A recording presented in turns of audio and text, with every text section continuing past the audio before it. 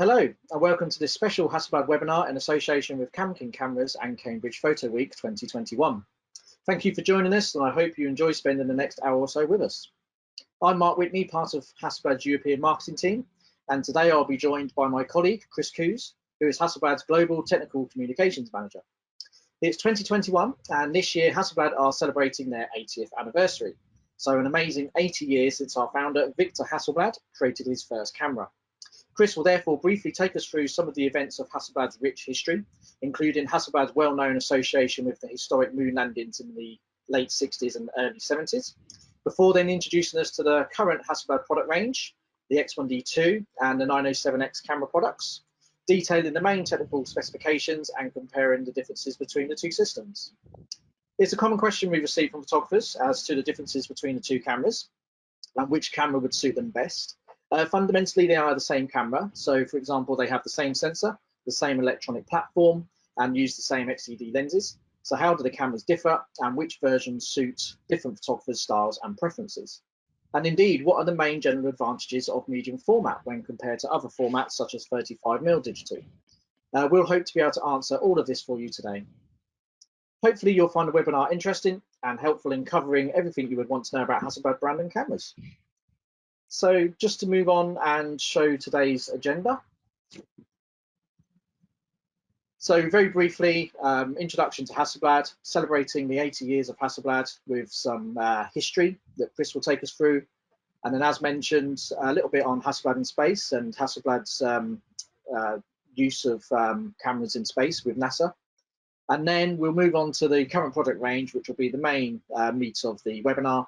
So an introduction to the X1DII camera and the introduction to the 907X. Now we estimate that to be about an hour in length. Yeah, hope you enjoy it with us. So let's meet Chris. How are you, Chris? Hi, Mark. Right, I'll just throw over the presenting role for you so you can then share your screen. Thanks very much.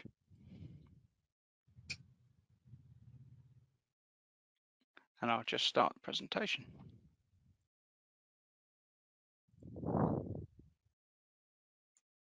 Yeah, so hopefully you can see the first slide. Yep. So let's take a quick look at the history of Hasselblad. Let's say this is our 80th anniversary year, but it all started with Victor Hasselblad in 1941, who started the camera production in Gothenburg, Sweden, which incidentally is where we are even now. So our first camera was a HK7, which was an aerial camera, basically for the Swedish government.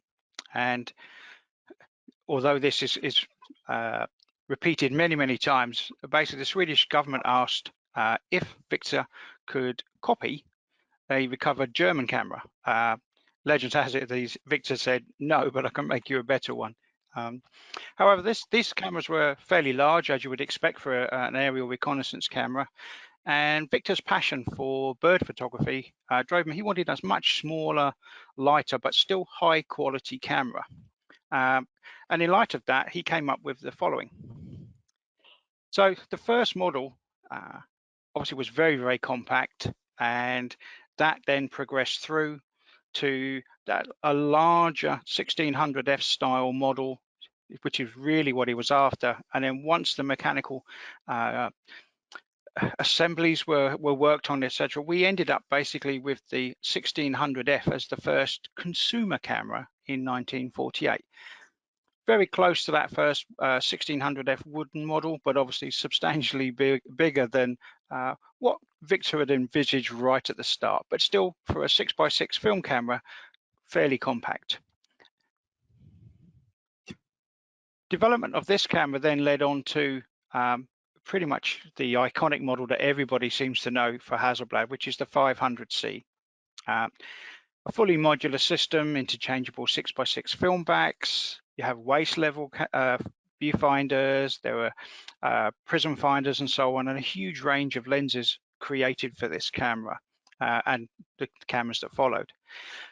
It also marked the start of Hasselblad's working relationship with Carl Zeiss. And even to this day, people comment on how good those Carl Zeiss lenses are.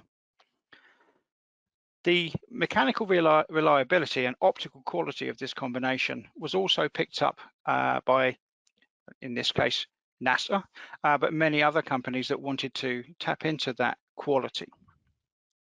And indeed, many photographers still use the 500 series camera today as their yes, camera. it's still going strong with all of the different variations of the V system that were created. If I just move on to that, I can show you there a brief overview of the range of models that were created from 1948 all the way up to the 503 CWD2, which is the last one with a digital back in this case. Wide range of motorized, manual, film wind, literally you name it, there's a camera there for you. And to this day, they're still going strong. Quick look at the full system overview, if you like, from 1941 with the HK7. We then developed through. We're going to take a look at the 1969 moon landing and the lead up to that. All the way through, then obviously the V system cameras were developed. The next, if you like, new camera was 98, which was the X-Pan, which gave you the nice panoramic, or the option between standard 35 frame and a 65mm frame. Big change for Hasselblad was 2002, which was the H system. So this moved away from the 6x6 film format to 645. And obviously, as digital backs emerged, they were able to be attached to the H system and to the V system. So over the years, Hasselblad has created many digital backs that are still fully functional when attached to the V system camera. I mean, even today, the 907X CFV250C, the digital back from that can be attached to your 500C, and it literally attaches just like a standard film back used to. 2016 obviously was the H6DII, which is the current model that's in the H system. So we have the 100 megapixel and 400 megapixel multi-shot cameras. 2016 also saw the launch of Hasselblad's X1DII, the mirrorless digital medium format camera. And obviously that camera has been updated to the current model, which is the X1DII 250C, which we'll look at shortly. And even with all these different models over the quite a number of years, there's still a lot of backwards compatibility that Hasselblad pride themselves in. Yes, I mean, especially in terms of the optics and accessories, you can take a V system lens from, the original Carl Zeiss lenses and fit them straight onto, well, obviously with a mounting adapter onto an X1DII, onto a H6D100, and depending on the adapter and combination you're using, on some of the lenses you can actually use the shutter inside the lens, or with the mirrorless cameras you have the electronic shutter. So I can use a CF adapter with a V system lens on a H6D100, and we can use the leaf shutter within the V system lens. That way we can continue with the flash synchronization up to the maximum speed of the lens. Yeah, and I think one of the things that Hasselblad is best known for is obviously our involvement with NASA, which we're about to come to. So I think definitely outside of photography, if you're not into photography, if you know of Hasselblad, it's normally through this topic. So tell us a bit more how Hasselblad came to be involved. Yeah, very much so. I think, other than the 500C, most people know Hasselblad for the moon landings in terms of the equipment used. So it actually started without our knowledge, shall we say. So Walter Shearer was an astronaut on the Mercury program, and he'd seen some of the early cameras that had been used and images that had been captured, and actually wanted something that gave him more quality. So he spoke to some photographer friends, and they suggested that he try Hasselblad. And so NASA basically went and bought an off-the-shelf 500C. It was then modified for ease of use and should we say, reduction in weight where certain functions weren't required by the astronaut. And I say ease of use in terms of being able to use it when you're wearing a spacesuit. So just talking about the SWC, the space version, they were used across a lot of the missions, Gemini missions specifically, because they were small and compact, easy to wind the film on, but also the 35mm lens gave them such a wide angle of view. It meant that even in interior, the cabin shots were possible. And here you can see Michael Collins. He claims his first indoor or in-capsule selfie. One of the big things that people don't realize, on Apollo 11, on the first moon landing mission, there was only one camera, one of those surface cameras that I've just shown you. And this camera had never been used before. So it's first time out, and it was attached to Neil Armstrong. He had the chest plate to support the camera. First time on any mission, and so there's a lot of trust there to make sure that that camera was actually going to function out on the surface and be able to capture that momentous moment. It also explains. Go on, sorry, Mark. Yes, to say, does that mean there isn't any images of Neil on the moon? Are they all of Buzz? Very, very few images of Neil. If I just show you. Here, basically, it's the classic image of Buzz, and most of the images, as Neil was the commander, he was taking most of the actual surface images of Buzz, as you saw in the previous coming down from the actual module. And most of the images that we have of Neil are literally the reflections in visors. There's obviously some TV camera footage of Neil on the surface. And at one point only, when Buzz took the camera and Neil was doing some experimental work, there's a few pictures of the side of Neil. So literally, we're talking 5 images of Neil on the surface. There's one image of Neil with his helmet off, actually inside the module that Buzz took. And then obviously the rest of the images are once they're back to the main service module. Okay, so given Hasselblad's history that we've just gone through and our heritage, so explain a little bit, why else would someone use a Hasselblad camera? Yeah, I think, moving on from the V system cameras, so the 500 series and so on, Hasselblad had a reputation for high reliability for the mechanical systems. The 6x6 format and the waist level viewing was something special for Hasselblad, the way the system worked. And that did transfer as we went into the 645 film system and then ultimately the digital H system. But if we sum up even today the current reasons why would you buy a Hasselblad, they're still pretty much the same. So central to Hasselblad is image quality.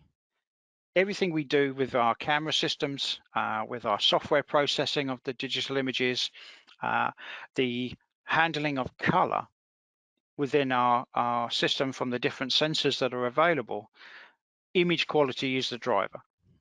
Before adding, extra features and bells and whistles and so on, actually we get the image quality where we want it first. And there's a lot of things that Hasselblad does to advance that. So that could be the Hasselblad natural color solution, which we'll look at a little bit later on, the leaf shutters that we use within our lenses as opposed to a focal plane shutter, our raw file processing, even down to our focus software for image processing, especially for things like multi-shot, so that it enables you to extract the maximum amount of detail from your file. Secondly, design.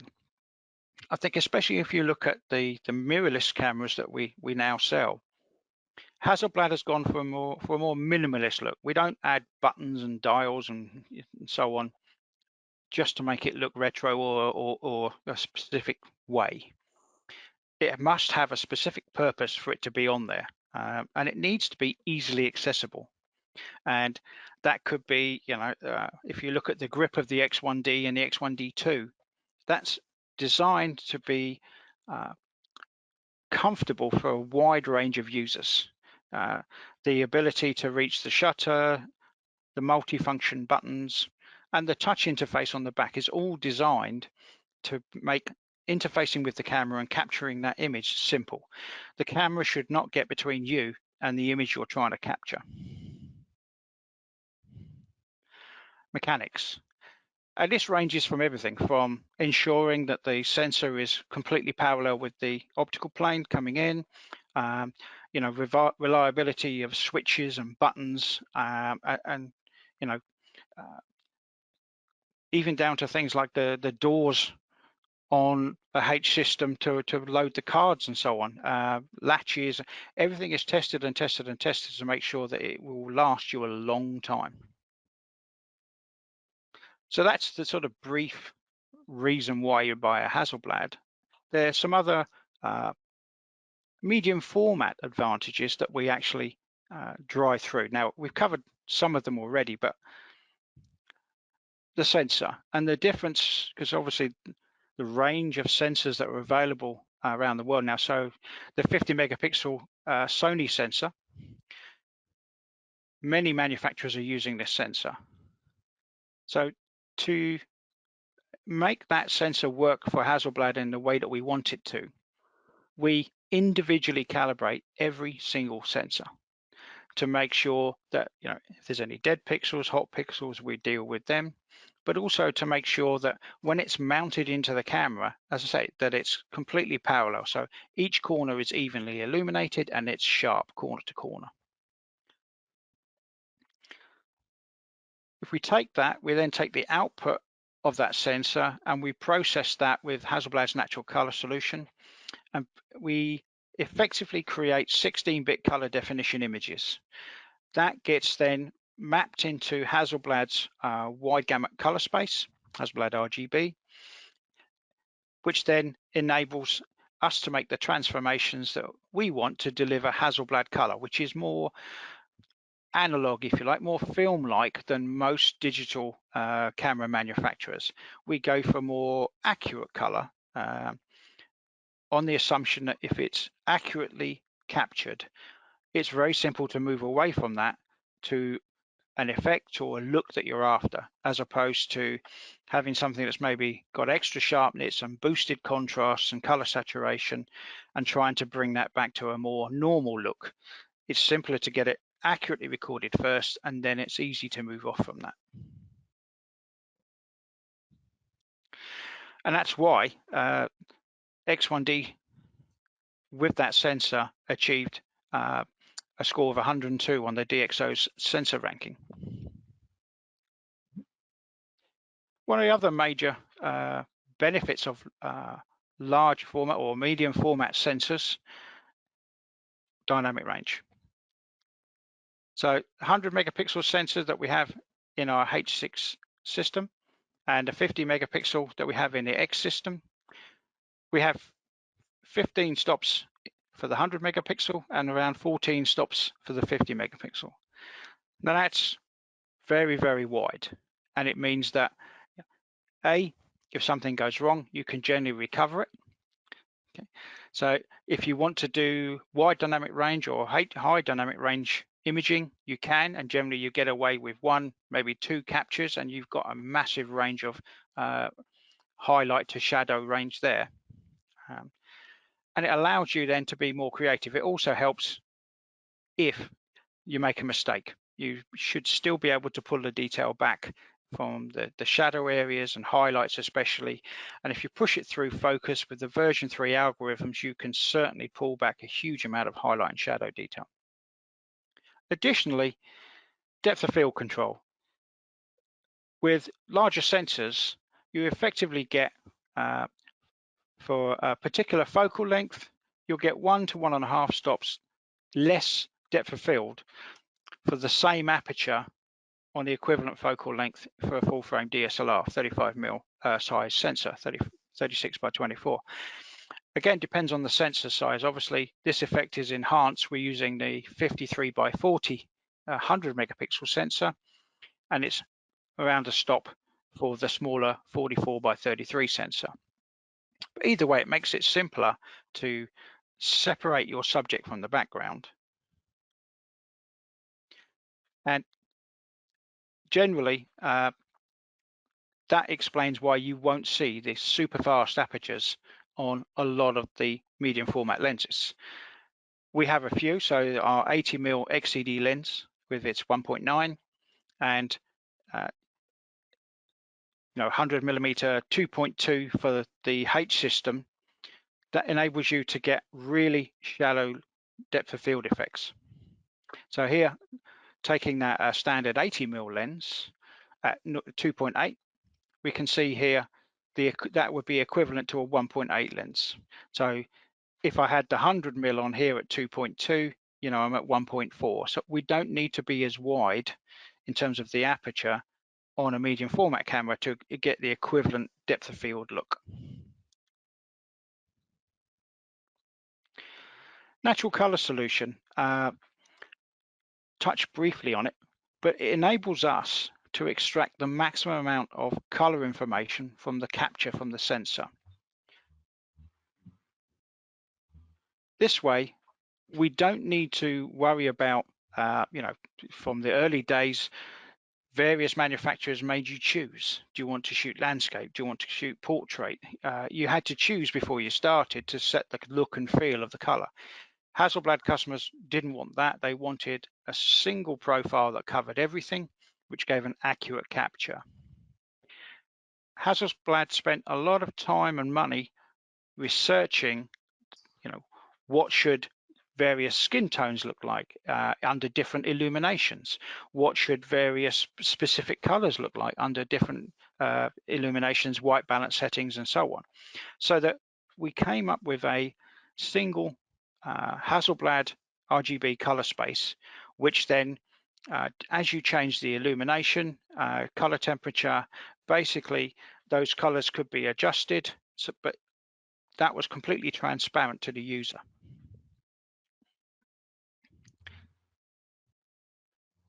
So this particular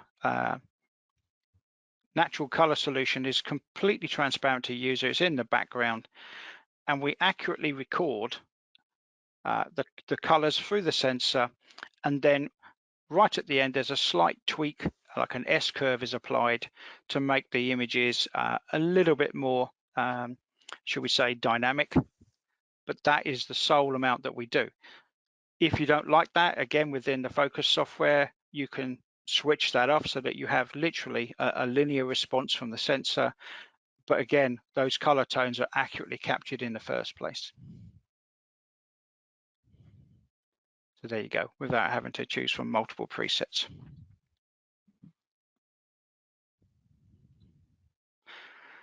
This is probably the main big difference from Hasselblad at the moment to a lot of the other medium format suppliers. All of our lenses still have a central lens shutter. And there's a couple of reasons for this, really. Flash synchronization. That means we can synchronize with any shutter speed that the lens supports. So latest X1DII lenses can shoot up to 1/2000th of a second. The latest H lenses 1/2000th of a second.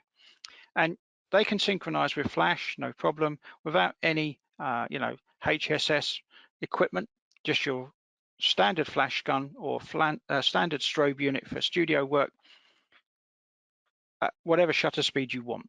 Makes it very, very simple to actually synchronize available light or bright sunshine, control that with a brief flash exposure to even it up. So I understand, Chris, that the limitation with HSS is the lack of power. Is that right? So you can get more power for your flash. Yeah, because generally you have to, with that system, it's normally either a long burn flash or multiple flash, like a stroboscopic flash. So because you're shooting multiple exposures very quickly, if you have to then divide your power output by however many flashes. So instead of having, I don't know, 500 joules of power, effectively you may only be able to push out 100 joules per shot to be able to do it in the short time that's required. So with this system, it means you've got a single flash exposure, so you've got the full power range of your packs, plus all of your accessories, etc. And it's very, very simple to use. You don't need any specialist triggers or anything else. Secondary is vibration. Now, normally, if you have a focal plane shutter, the blades are moving up and down in the camera body, so that vibration is there in the body and an up and down movement.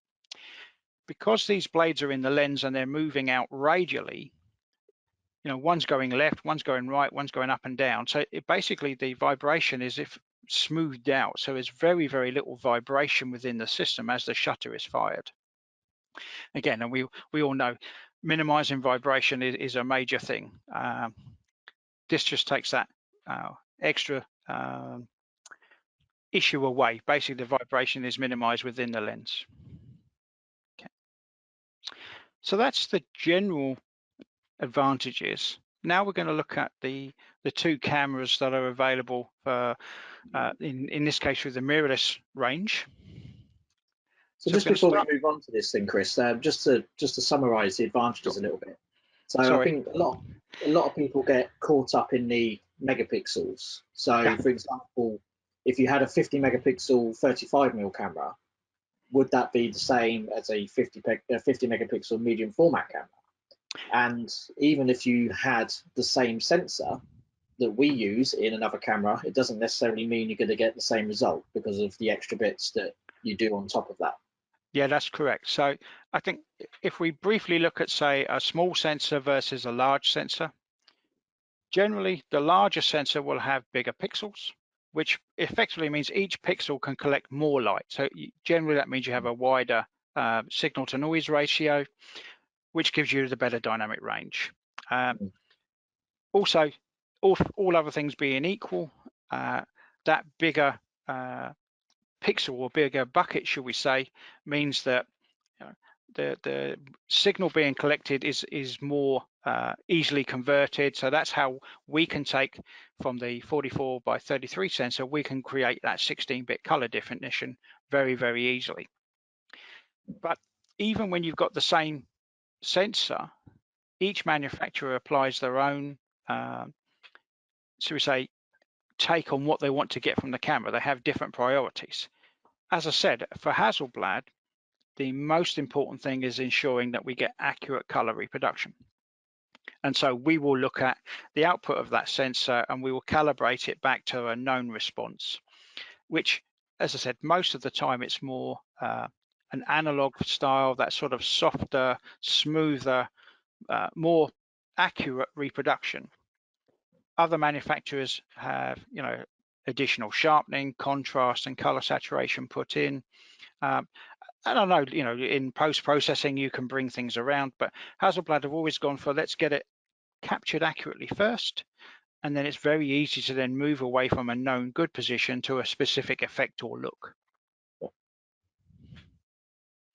Okay, so now moving on to X1DII. And the original X1D Mark I was launched 2016. And everybody liked the design, the look and feel. But over time, there was a requirement basically to upgrade the platform, electronic platform in terms of speed and so on. But with the feedback we received, we've kept the body as it was. So the grip, the layout of the controls and so on, all of that in terms of handling was kept. And I think if we look at the overview here, you can see it's very close to X1D1, but still very, very minimalist in design.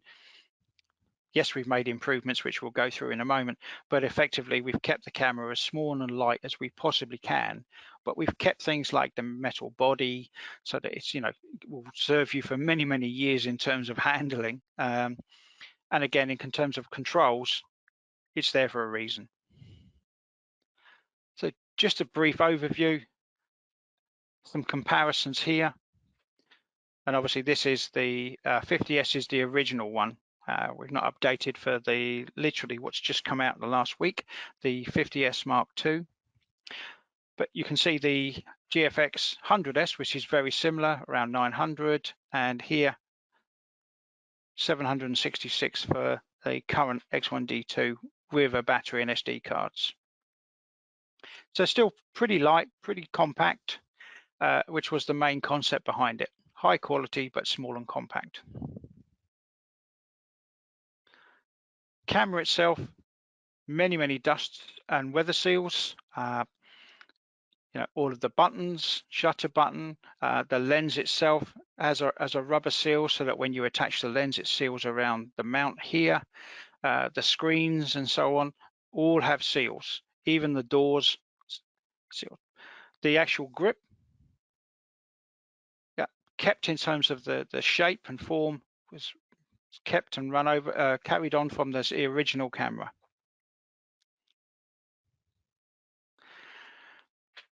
The Hasselblad user interface also ported across, so we've kept that because the feedback on this has been it's so simple to use. It's designed to work in the same way as you would with a mobile phone. Very simple. The screen interface is touch. You would touch a particular item, so let's say the aperture, click with one finger the aperture. You then have a scrolling adjustment available to you to then select a value. If you prefer, or if you're using thick gloves or something, maybe you can't get to the screen. Once you've selected a particular item here, or you can press one of the buttons to move around the screen, you can then use the scroll wheels here to select a particular value. So you have a mechanical or the touch screen, depending on what's simpler at the time. Once you're previewing images or in live view, again, just like a phone, double tap to zoom in, pinch to zoom, swiping, all works. All of these functions work on the rear display. As we discussed, the 43.8 by 32.9 50 megapixel sensor, 70% more area, but more importantly, each pixel has 67% more light collecting area than your standard 3624.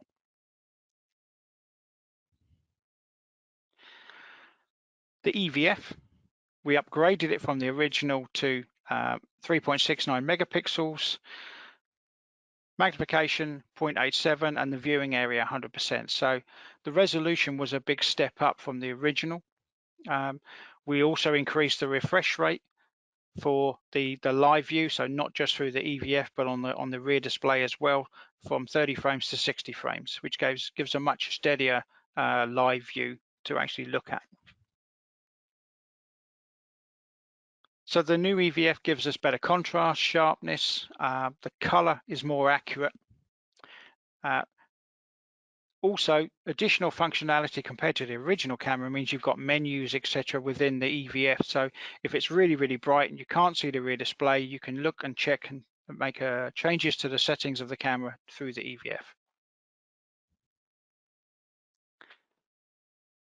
The rear display as well, we upgraded basically from the original X1DII you can see here up to the X1DII there. So you've got firstly an increase in resolution.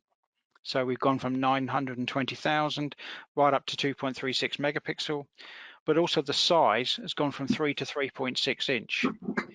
That's quite useful, not just in terms of the area for display, meaning the icons can be bigger and so on, but when you're using the display for as a sort of virtual touchpad, it means that bigger screen makes it easier to find an area that works for you, left or right, depending on whether you're left or right-handed, to find an area that works better for you. So again, the screen had a color improvement. Contrast accuracy was much better as well, which makes it easier in bright sunlight. But the touch screen area probably is one of the biggest advantages.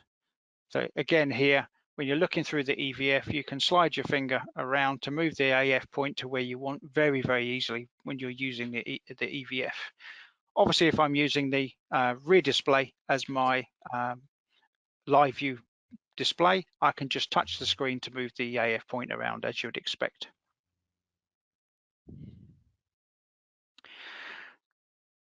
The heart of the system, so the electronic platform, was completely updated. So new processors, new data buses and so on, extra memory. And effectively that improvement meant we got a faster shooting rate for RAW, and JPEG. We also stepped up from quarter size JPEG to being able to capture full size. And obviously RAW and JPEG together means it's a full size JPEG and a full size RAW. So that took a little bit more processing power, so maybe not as fast, but I think you can see a little bit of an increase in terms of capture rate. For a medium format camera, that's not too bad.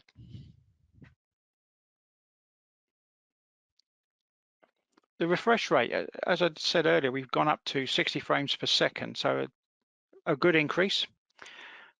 Reduce the flicker in artificial light, but more importantly, gives you a steadier, clearer, sort of sharper looking image. Additionally, we've improved startup times, the shutter lag and so on, and the viewfinder blackout time has been reduced between when the image is captured and when the live view comes back on. So again, it just makes that camera handling experience much nicer. So moving on to the storage options and connectivity, the main access to the camera is through USB-C, a Type 3. Very fast transfer of images to an attached computer, but more importantly, we can use this interface to charge the battery, and that could be via a DC adapter, a battery pack, or even another computer. Your laptop or something could be used to charge the camera or support the camera. It also gives us a way of tethering to an iPad Pro if you're shooting with Focus Mobile 2. Obviously, you've got media card slots on board. So in this case, they're 2 UHS, 2 SD card slots, which enable us to write faster to these media cards than the previous camera. Additionally, you've got audio, microphone, which doubles up as a release cord socket. So again, if you use the Hasselblad Release Cord X, that can plug in and give you remote release, no problem. Wi-Fi and GPS are both built in.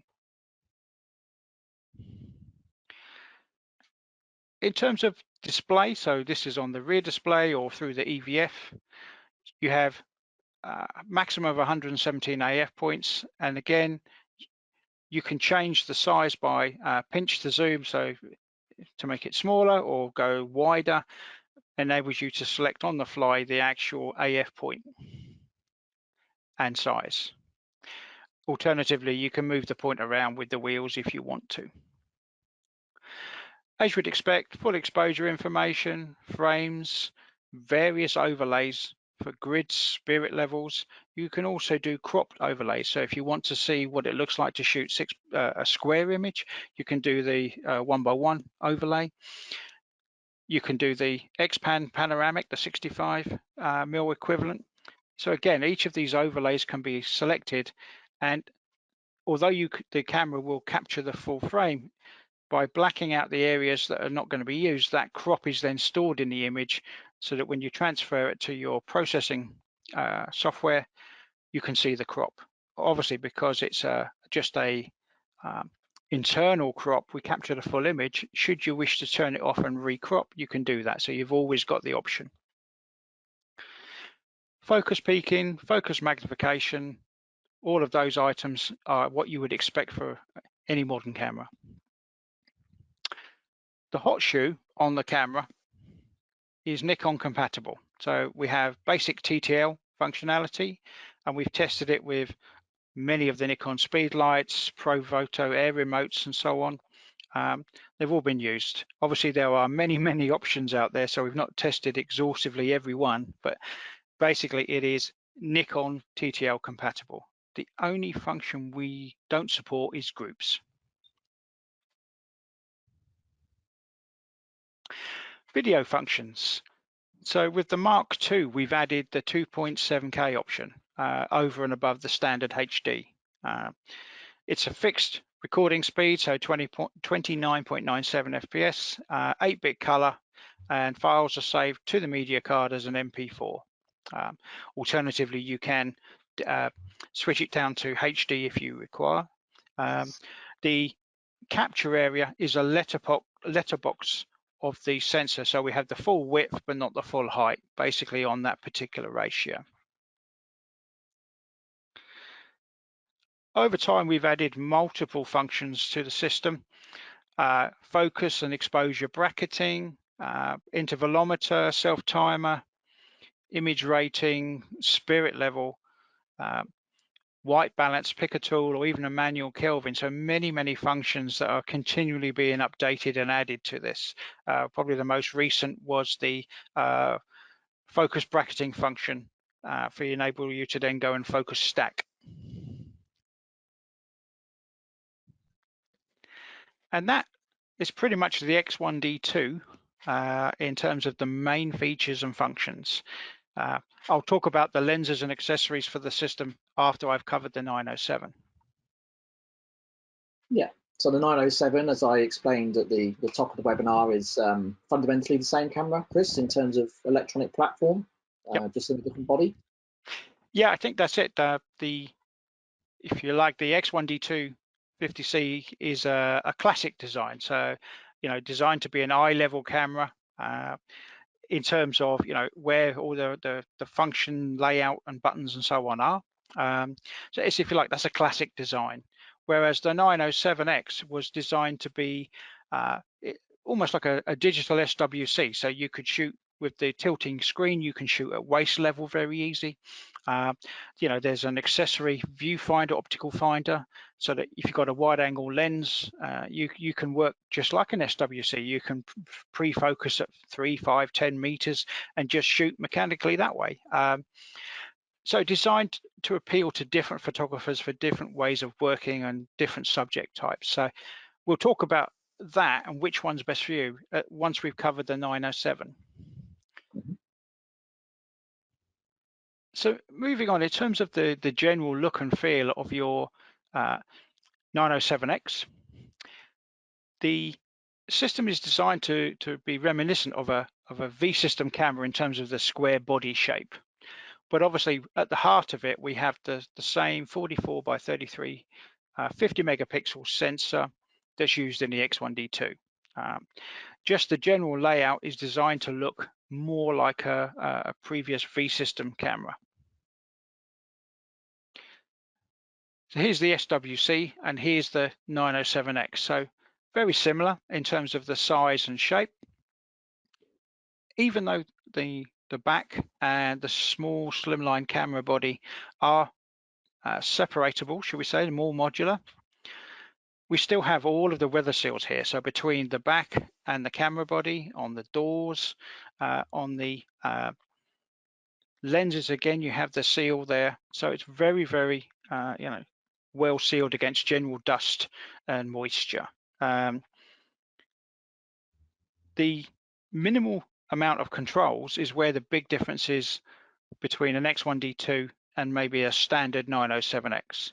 So you have a shutter button here with a knurled control wheel around the outside and a small button here on the side of the camera body. So by default, you can change the aperture up or down. If you press the small button and then turn, you'll be changing the shutter speed. So minimalist number of controls on the front of the camera. Obviously you have the release catch up here. So if I give you a comparison,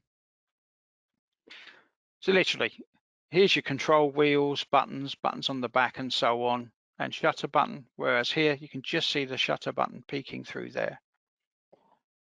But this gives you a good overview of the size and shape difference of the two camera systems. If you think that they've both got the same sensor within the camera bodies themselves and the same electronic platform and battery. Depends on the type of photography you do. Here's a big difference. The tilt display, so you've got two locked positions, so 90 degrees and 45 degrees effectively, but you can set them in between if you really wanted to. But in terms of a safe locked position, here's the two.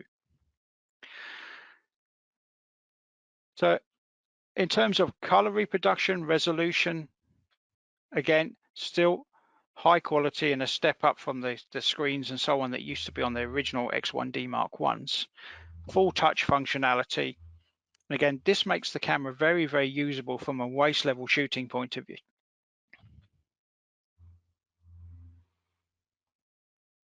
Okay, so just a bit more of a close-up in terms of here's your waist level style. So very similar to the iconic 500 series that we spoke about earlier in the way that the ergonomics. Yeah, very. So the idea is that as you pick the camera up, your right hand automatically falls towards the control wheel and the front shutter button. You can then support the camera with your left hand. That gives you access then to touching the screen for AF, point moving and so on, or selecting one of the buttons to bring up the menus and so on. So very, very easy to handle and work with, especially if you're looking to shoot from that lower level as opposed to eye level that you would be with an X1DII. In terms of power and connectivity, pretty much exactly the same as your X1D. One difference, if you like, the USB connector actually slots inside the camera body, and so the camera aperture here supports your USB connection lead as this goes into the connector. With the X1DII, where the connection is, effectively you have the cable coming out from the connector, and what most people do is some kind of cable stay or support attached to the camera so that you're not taking the whole weight of the cable on the USB connector. Here though, straight in, and the actual entrance port here supports the connector of this cable. And again, that can be used to connect to the power adapter to charge the battery in camera, or it could be to connect through to a battery pack, or just to enable tethered shooting. If we open the side door, you might just be able to see that there are weather seals all the way around this that seal this door. So you've got the two SD card slots and the battery is internal here. So very much compact design. Previous versions of the CFV digital backs, the earlier ones had external batteries that attached underneath, which made it slightly more difficult to attach if you had a motorized V-System camera that you wanted to use the back on. Current design means it's very, very clean design, looks just like a film back for a V-System camera, so you have no problem with mounting it.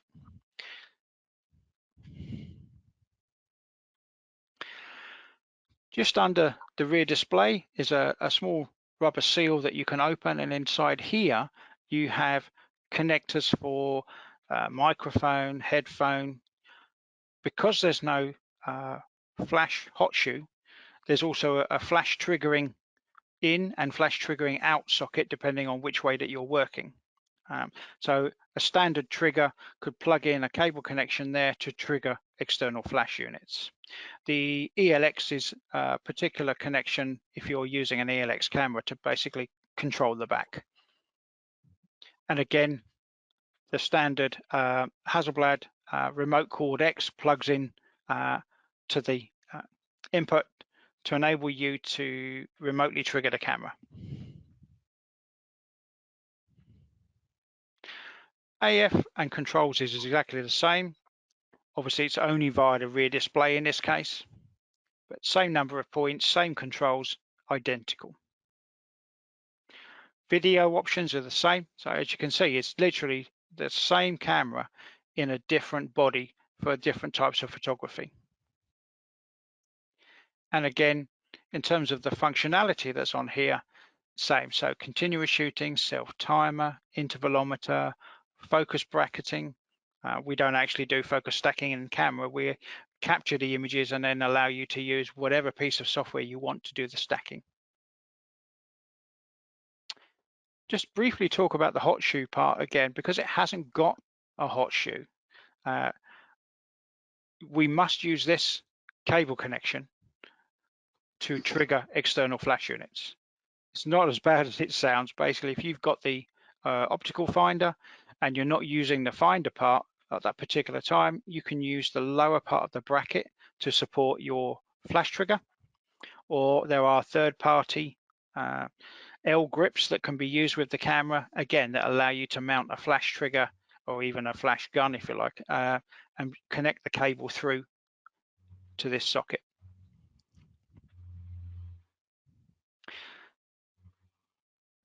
The other trick that the system has, so here is a 503 with a film back, and here we have the same, pretty much the same camera with the current CFV2 50C back. So designed to match in with the design, so chrome, etc. But in size and shape, it's designed to be very, very close to a standard A12 film back. Waist level viewing, two ways of doing this. If you attach the digital back and leave the screen flat, you can use the waist level finder on your 500 series and just shoot as if you had a film back on. So literally take an image, wind the system on to recock the shutter and lower the mirror back down. Electronic connectors tell the back when to take the exposure. It will then store that and you just keep shooting as normal. Or if you prefer to shoot video or want to use the rear screen to check in terms of focusing, etc., exposure, then you can lock up the main mirror and use the rear display for your live view, checking in terms of composition, exposure, etc. And again, then you can tilt the screen to whatever you require. In terms of compatibility, pretty much most cameras from 1957 onwards can be used with this digital back. Even the motorized ones, again, all you need to do is tell the back which camera you're connected to, then it knows how much delay from when the shutter is pressed to when the camera will be firing the lens shutter so that the timing is correct. And again, most lenses can be used on these cameras as well. So yeah, again, SWC, the modified version, and the 903, 905s, these cameras can quite happily be used with the CFV2.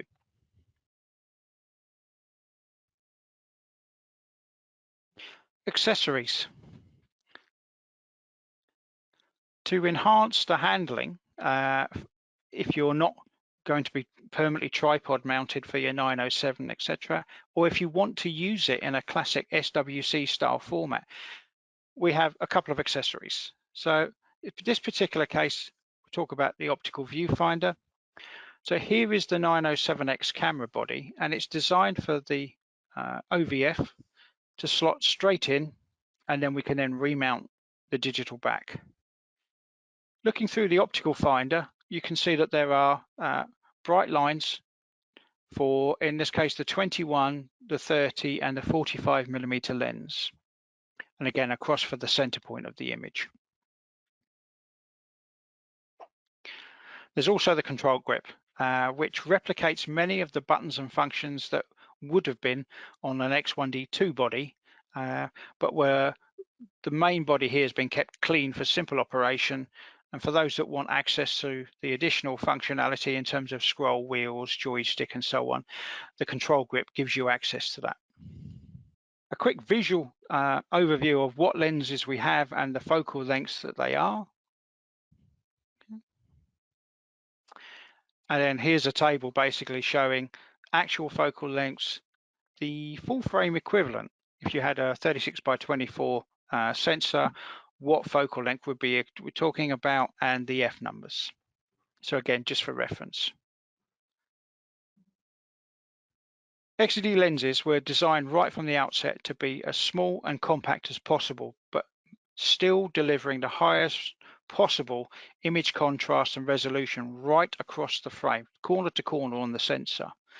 But obviously, because they were designed to cover a smaller sensor compared to 645 film, it meant that the size and weight of the systems could be reduced compared to, let's say, H system lenses, which had to cover 645 film. Where required, specialist glass, low dispersion glass was used to maintain quality. A quick roundup now of the lens adapters. For those users that have H camera, there is the option to use the XH adapter, which then gives them access to all of the H lenses to mount on either of the cameras. Depending on the age of the lens, it will autofocus if it's a fairly new lens, or the really old lenses from sort of 2003, 2004. Unfortunately, they'll be manual focus only, but you will be able to use the shutters in them, no problem. One of the newest additions is the converter 0.8. And this allows us to use the H lenses on an X camera, but maintain the original field of view. And so the original image circle is normally larger. If I move on to the next frame, if I was using the 100 megapixel sensor, this would be my field of view using, say, the 100mm lens. If I use the standard adapter, I get a crop. Again, because effectively we're using the center of the image circle. So with the converter 0.8, this means that we can maintain the field of view. And as a fortunate side effect, it also means we gain 2/3 of a stop in aperture. So in this case, my 2.2 lens becomes a 1.8. Fairly useful converter, to be honest. And just again, with a round up here, that here's the original focal length of the lens with the converter, or with the XH standard adapter, you can see the difference. Effectively, I'm getting a crop factor here, so I'm getting an increase in focal length with the standard adapter. Or if I go for the converter, I'm getting the equivalent field of view, so I actually get a reduction in focal length. Finally, then we move on to the XV adapter, and we have a basic adapter here. We can't use the shutter in the lens. We have to use the electronic shutter and obviously manual focus, but it means we can access all of the V system Zeiss lenses that are available. And for those that are lucky enough to own one, we have the X-Pan adapter. The 3 X-Pan lenses that were developed to go with the X-Pan camera, so the 30 to 45 and 90, manual focus. There's no shutters in these lenses, so manual aperture, manual focus, a basic mount, and then we use the electronic shutter for that.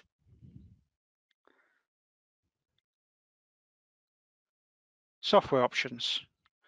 Just a very brief overview. What options you have for these cameras. So from a desktop point of view, all Hasselblad cameras, including H system, early digital backs, basically tethered, capture, or processing, and that's Mac and PC. Version 1 Focus Mobile could be used with H5D, H6D, and the original X1DII, and that basically gave you a remote control function, either Wi-Fi, over Wi-Fi I should say, to control the camera. And then current version with these latest cameras, Focus Mobile 2 runs on iPads, iPhone, and only X1DII or 907X can be connected, but it means that you can tether through USB-C to the iPad or through Wi-Fi, whichever way you want to do, but you can edit the raw files on your iPad via Focus Mobile 2. So, which is best for you? And again, I think this comes down to the type of photographer that you are. If you prefer that eye-level simplicity and probably what everybody's been used to for many, many years, then let's be honest, the X1DII matches in for that perfectly. Yeah, everything is where you expect it to be in terms of design, layout. The viewfinder, the EVF, and the rear display make it very, very straightforward to use. If you want to use a lot of flash, so in terms of maybe flash triggers or hot shoe based flash gun, X1DII is probably the best for you. If you're more of an V system owner, the digital back compatibility with your existing V system cameras plus the compact 907X probably will take you more towards that combination of camera. Again, simple waist level shooting, very simple operation, almost like a point and shoot in its sort of SWC style layout. Depends what you need and the way that you work as to which one you'll go for.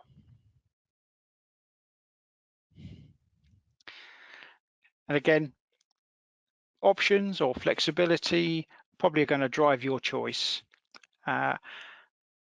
Most people, if they don't have V-system camera bodies and lenses, will probably steer more towards the X1DII.